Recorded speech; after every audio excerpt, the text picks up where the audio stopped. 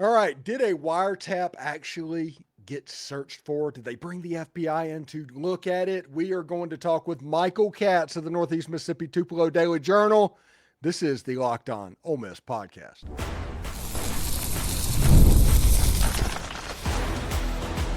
You are Locked On Ole Miss, your daily podcast on the Ole Miss Rebels. Part of the Locked On Podcast Network, your team every day. What is up, everydayers? I'm Stephen Willis. Welcome back to Locked On Ole Miss. Today, we're going to talk with Michael Katz of the Northeast Mississippi Daily Journal about the press conference and price availability a few hours ago with Pete Golding. Should be pretty interesting to see what he said, and the name that just keeps popping over. We will talk about that. And Caleb Cunningham, is he finally back to 100%? All of that will be discussed. So let's get started. All right, Michael. We're going to get to all of these stupid stuff in segment 2 and 3. We're going to start this with football. Pete Golding's availability today. What were your takeaways?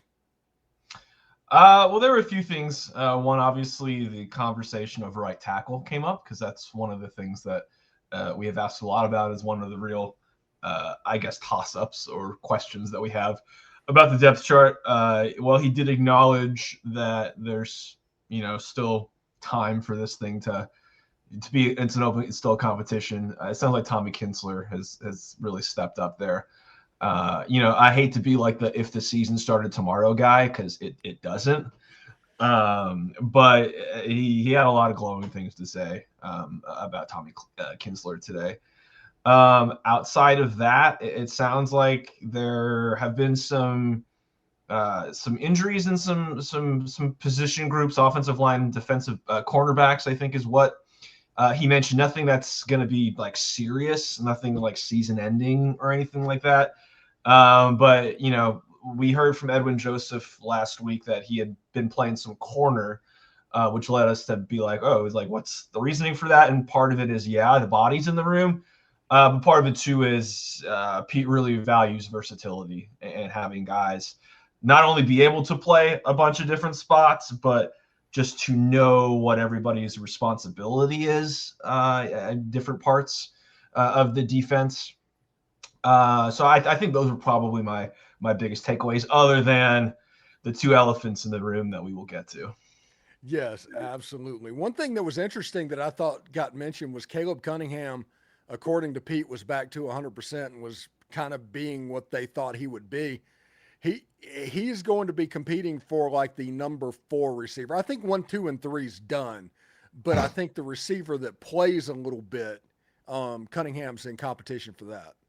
It sounds like it. Daryl Gill was a guy whose name came up today as well, and I think the consistency was something that Pete had mentioned with him, and obviously he was a pretty highly touted guy out of the portal from Syracuse along with Jonte Cook, but we haven't really heard much about him since he's gotten here, and we haven't talked to him. And Jonte's really sort of ascended and from what it seems like kind of seized one of those spots. So I think when you combine all those things together, and especially hear about Caleb Cunningham taking a step, I think there's going to be opportunities for him for sure. Yeah, should be pretty interesting. You're talking about Jonte Cook and everything, and he wasn't mentioned in the press conference today.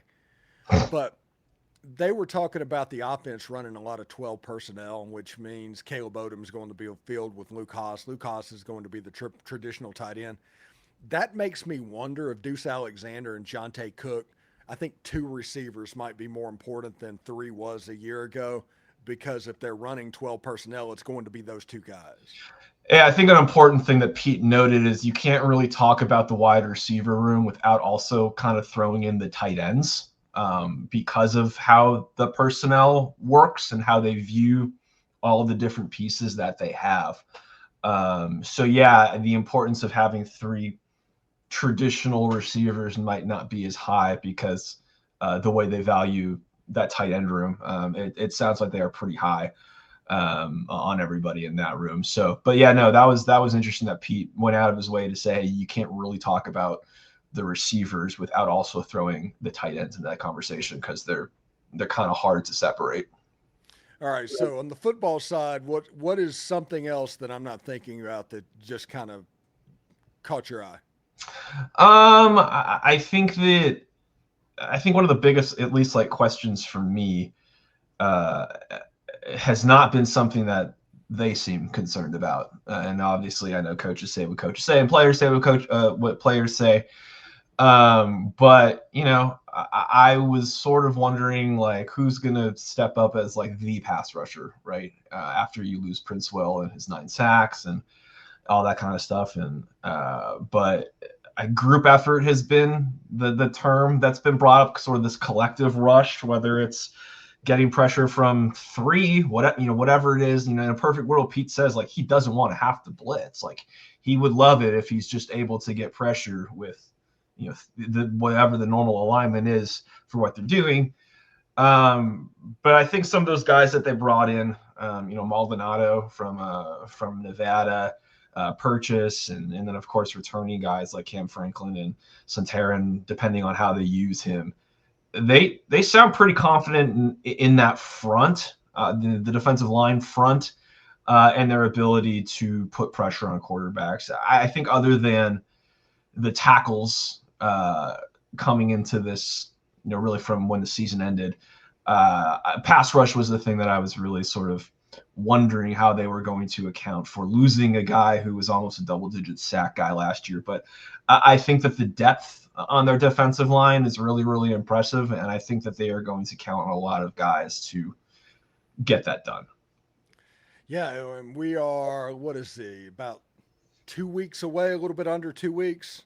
As this airs, 13 days away from the opener in Nashville. And I know you can't get there quickly enough with all of this nonsense that's going on. So when we come back, we are going to get to the Ringling Brothers and Barnum and Bailey portion of the podcast, and we are going to talk about this weird stuff that is happening with NFL players, and we're going to talk about FBI bugs, and all of that stuff is going to be coming up right after this. Everydayers, let me know. Quick one. Who do you think will be the player that pops against Louisville that you're not thinking about right now? Put that down in the comment section below. Thank you for making the Locked On Ole Miss podcast your first listen of the day, and thank you for making Locked On the #1 sports podcast network.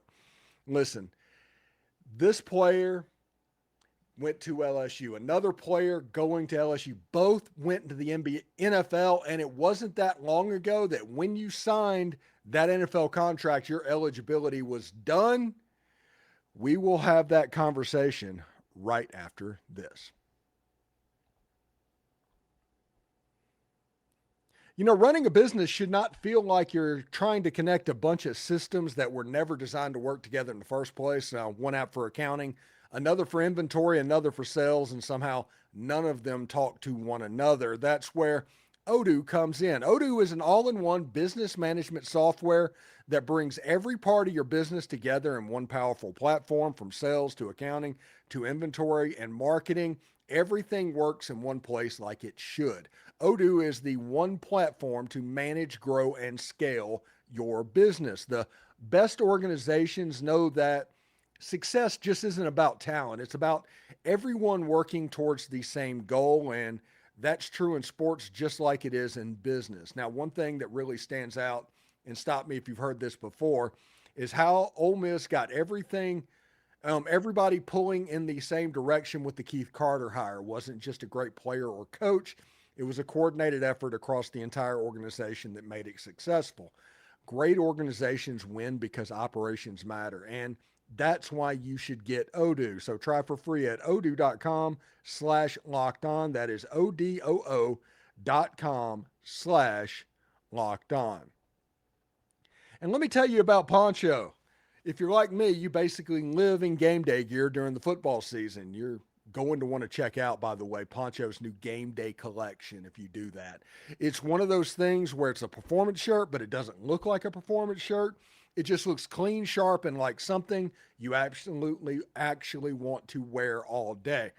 Plus, you get to rep Ole Miss in style. So the best part is it's built for real life. Super lightweight, breathable and comfortable enough that you can throw it on through a full day of tailgating in the Grove, sitting in Vaught Hemingway Stadium, or sitting out at a watch party with the Tampa Bay Rebel Club with all those friends watching the game. And what I really like about it is you're not stuck with a one-size-fits-all situation either.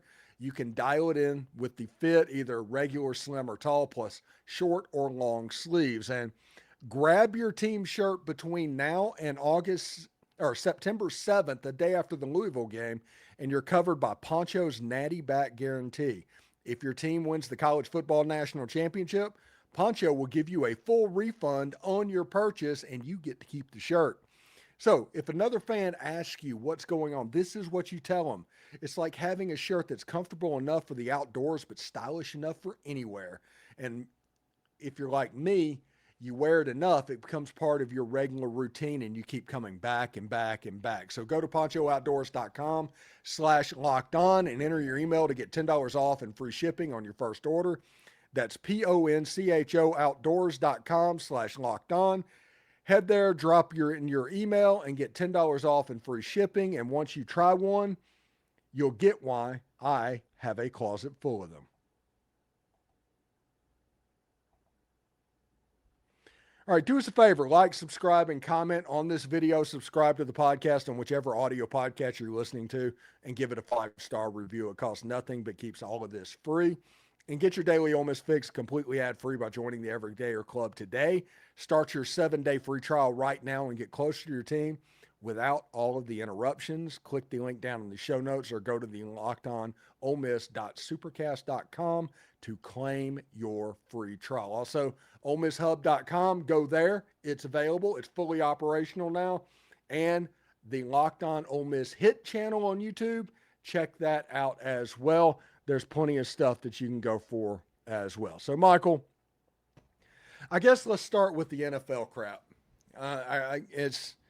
It started with Dae'Quan Wright, who on Saturday was playing with the Cleveland Browns and was dressed out for that game. On Sunday, I guess he committed to LSU, and everybody's like, what? Once you're in the NFL, you can't come back to college. That's not the way it works. And now it looks like Zxavian Harris is going to LSU, and that's absolutely hilarious because during the whole ordeal in December and January, he was the most outspoken person on the entire team, but that kind of shows the mercenary era that we're in. What's your take on it, man?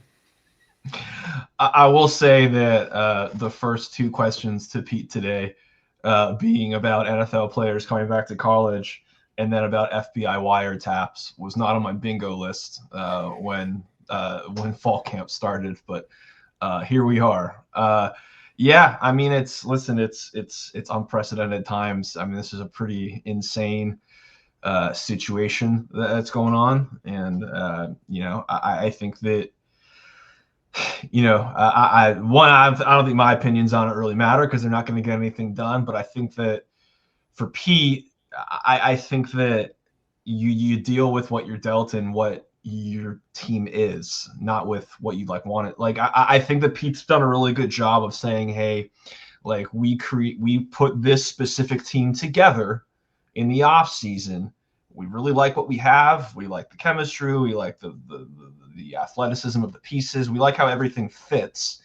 And unless, some sort of injury happens, you're not really looking to add guys because it's not really fair to the guys that you've had in the room since January, which makes a lot of sense. And of course, on the other side, as Lane has been asked about it, and he has said, listen, it's no one wants to do this, but if they're going to allow it and it's good for your team, then you do it. And so it's But is it good for your team?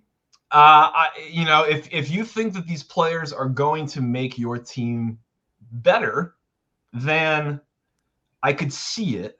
That being said, I do think there are things you can't account for, like chemistry and, what happens to the guys who lose their scholarships because these guys come in.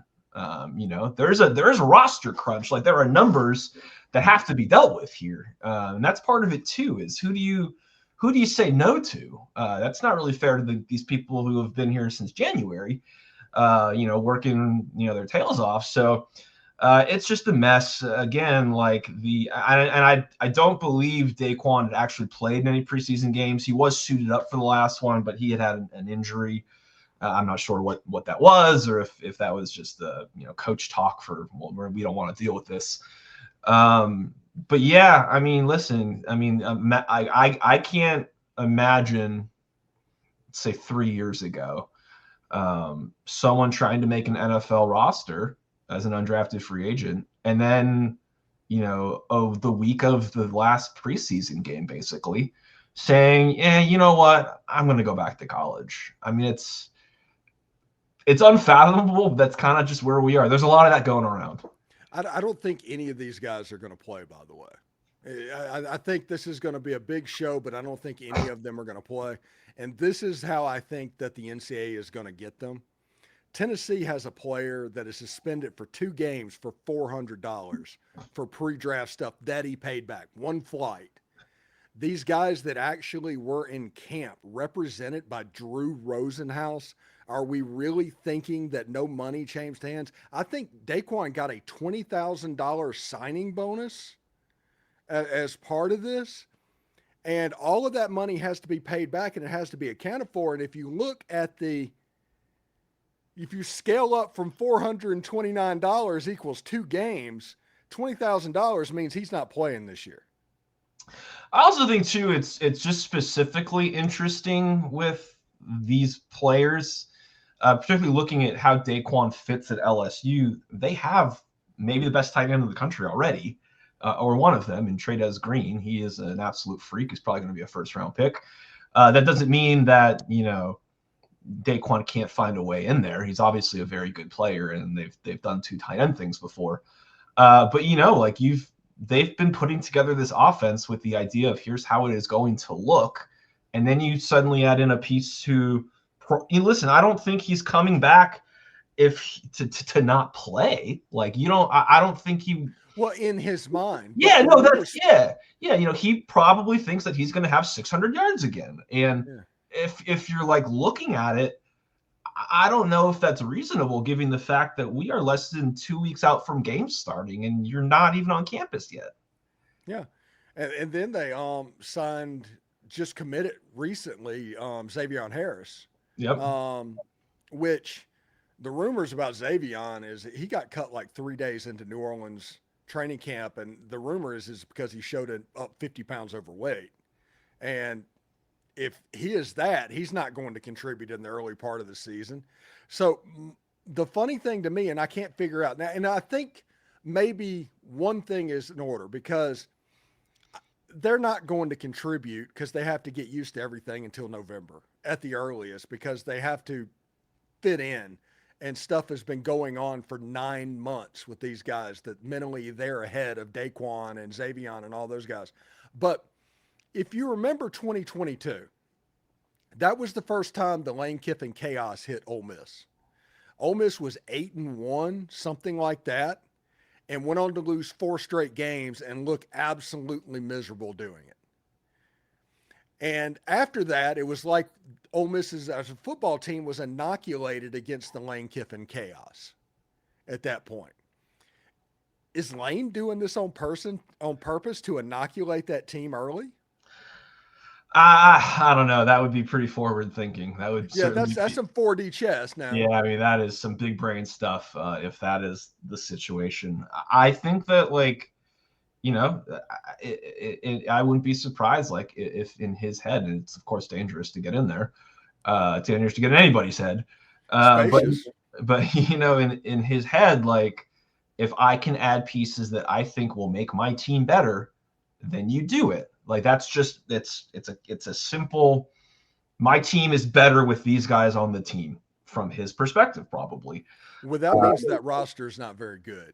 Well, I think I'm fascinated by, what their preseason number 11. I think, obviously there's a lot of top end pieces Yeah, that were brought in. Levitt and all those guys. Yeah, absolutely. There's a lot of really good pieces. I just think that to expect it all to come together when there's 80 new play, whatever. Well, I don't remember what the exact number was, but there are just so many new pieces on that roster. Expecting it to come together really in one season is it's pretty hard, and I don't think that's any knock on Lane. I think it's just a knock of what college football is. Like, this is, if you're going to put together a roster this way, and this is how you put together what you think is the best thing you can do, boy, you're putting a lot of pressure on a bunch of guys who've only known each other for a few months. And is it worth it for them to do this and put their standing, I guess you could say, with the SEC in risk? Because they have set up a fight that almost has to happen because of the Charles Bediako thing over this between them and the Southeastern Conference that has a chance to get really ugly. And that's one of the reasons that I think that it's up to the presidents to get this fixed because they're the ones that can. Yeah, I mean, it's what, today's the 24th. I don't think, are there any? They've got a week. I don't think there's any SEC teams that play 0 week.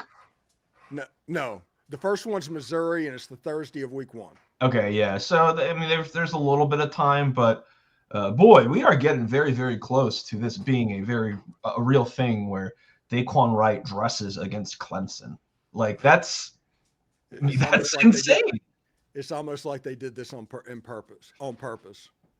It was all orchestrated, almost like that. It's going to be very interesting to see what the SEC does. I'll say. All right. So everydayers, let us know what you think about this situation. And believe it or not, when we come back, we're going to get even stupider. It just doesn't stop. So we'll talk with Michael Katz about FBI, wire bugs, and all of that coming up in just a second.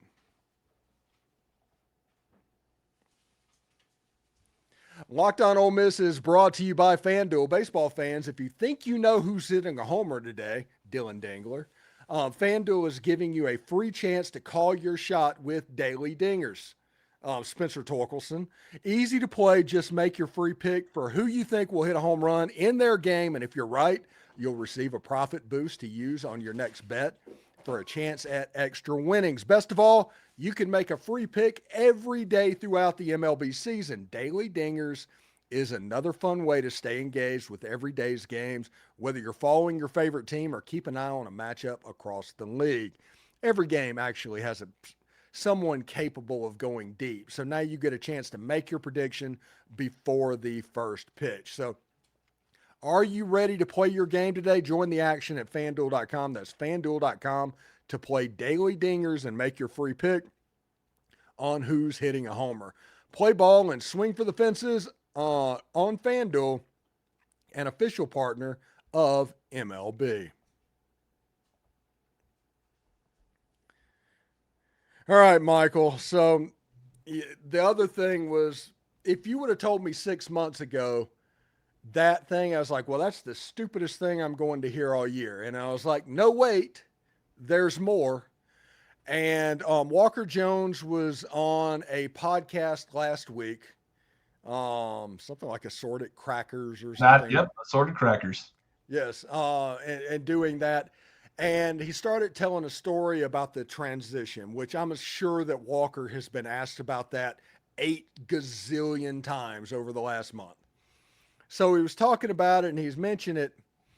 And he mentioned that there was such, I guess, paranoia in the locker room because he knows what he was dealing with, that they actually had the FBI come sweep for bugs. Now, Pete today, for whatever reason, now his body language made it look like it was true if you watched it, but what he said contradicted what Walker said, which makes me think it happened. It might not have happened like you think it happened, but I think it happened. Yeah, in terms of storylines, I thought I was going to have less than 2 weeks before a real actual live game. Yeah. I didn't think this was going to be among them, but yeah, you know, it was funny because, you know, Pete was like very adamant that, like, no, we didn't like call the FBI in to like do this sweep. But, maybe it was one of these things where maybe somebody's parent in town like works for the FBI, and maybe, they did a little bit of a sweep around just to see if anything. And then he was like, hey, listen, it's like, when you're in the playoff, they beef up hotel security, right? You're in the playoff, you are making sure everything is, all your ducks are in a row, and everything like that, especially when you have guys who are going to another place and are still currently there, as was the case during the playoff with a couple of the coaches who decided to stay for the CFP. So Pete initially was like, I don't like, what are you talking about? And then was like, this is what we're talking about. Because I think the idea of like calling in the FBI to sweep the Manning Center, I don't think he fully, that does not seem to be Pete's interpretation of events. But I think that, I'll put it this way, he didn't say it didn't completely happen. You know what I mean? And I think that he softened the blow, or by saying, hey, listen, like somebody's dad might be in there, and we had him look around, which that would not surprise me. I mean, listen, there's a lot of gamesmanship, especially with the relationship between the programs and those coaches. So it would be understandable, but no, I think the idea that there was this like FBI raid, I do not think was the way the events unfolded.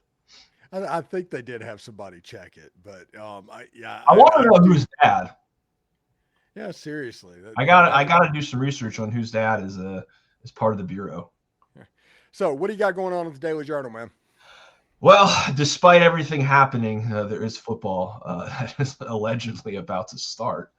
So we had Pete today. We'll get him next week for actual game week. They're kind of doing a hybrid game week this week, where part of it is focusing on themselves and part of it is focusing on Louisville. I don't think they want to switch things up too much from what a normal game week routine would be for next week. I don't think they want to spend more time on it than they normally would. So we had Pete today. We have some players tomorrow. So just sort of looking at some of those competition battles, some of the rooms. I'm not sure who we're getting tomorrow. I do know that the game week, I think we're getting some of the superstars who you would expect to talk before the game. And I've got a long feature I'm working on right now. I can't say too much about it. I like to keep things pretty close to the vest. But if you're into really good high school players from Texas, I think you're going to like it. Devontae Kincaid? Yep.